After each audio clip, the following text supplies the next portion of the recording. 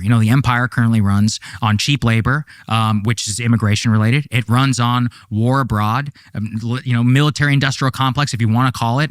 But all of these foreign entanglements and pushing billions of dollars, to policing the ends of the earth. Something that I always want to come to the architects of the American empire, General Eisenhower and General Marshall.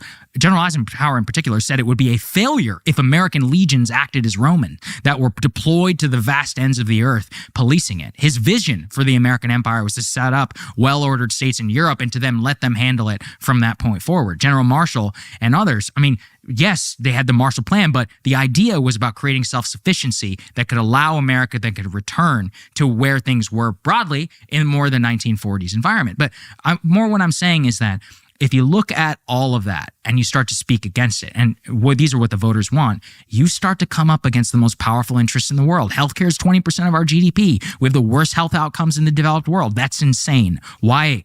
It's not because our healthcare system is not working all that well. It comes down to immigration. We talked about cheap labor. With war, that's foreign governments. It's the ideology of the imperium, which is all about basically transnational loyalty as opposed to loyalty to your own citizenship and really to your own country. And then broadly about oligarchy. And because when we look at the way, how do you become rich in America today? A few years ago, I went to the Forbes billionaire list, and I just restricted the list to the number of new billionaires that were added to that list. The vast majority of those new billionaires in America were people who worked in hedge funds and in finance. And this is why, in some ways, the left is wrong. They often criticize,